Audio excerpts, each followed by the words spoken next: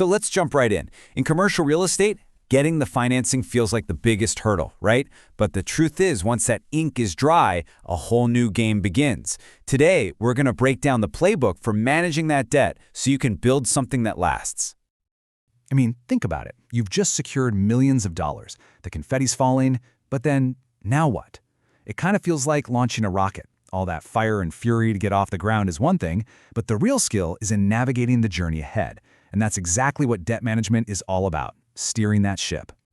You've got to remember, debt isn't just a number on a balance sheet. It's an incredibly powerful tool. I mean, used correctly, it can build fortunes. But if you're not careful, it can become a real anchor.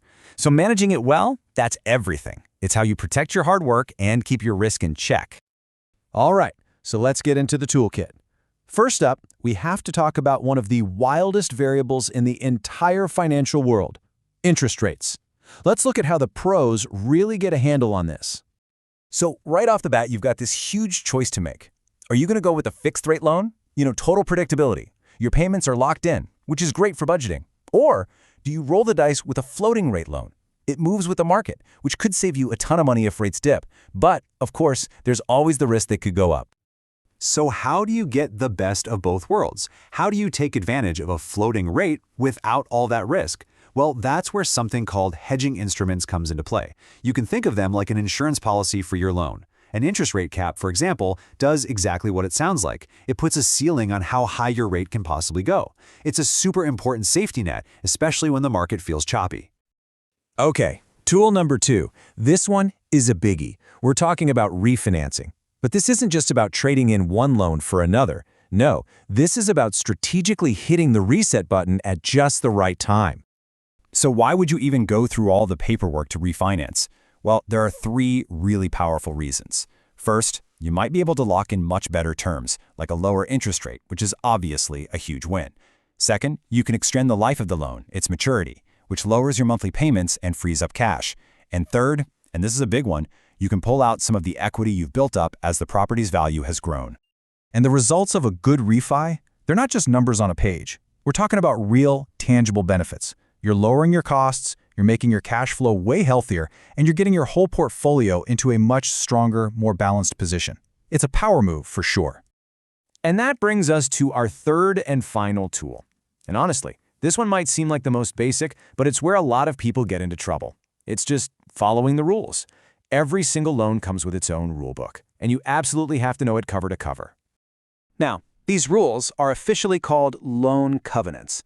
They're basically the conditions the lender puts in place to protect their money. So they might limit how much other debt you can take on, or they might require you to maintain what's called a debt service coverage ratio, which is just a fancy way of saying your property's income has to be a certain amount higher than your loan payments. It's the small print, but it's so important.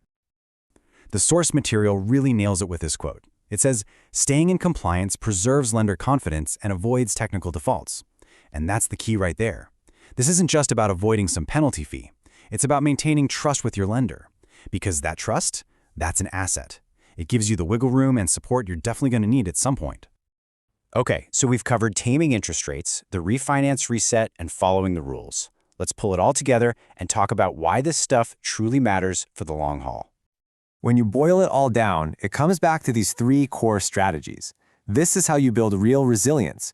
You manage your interest rates, you're smart about when and how you refinance, and you never ever take your eye off those loan covenants. It's a 3-legged stool. You need all 3 to stay stable. Because at the end of the day, that's the goal, right?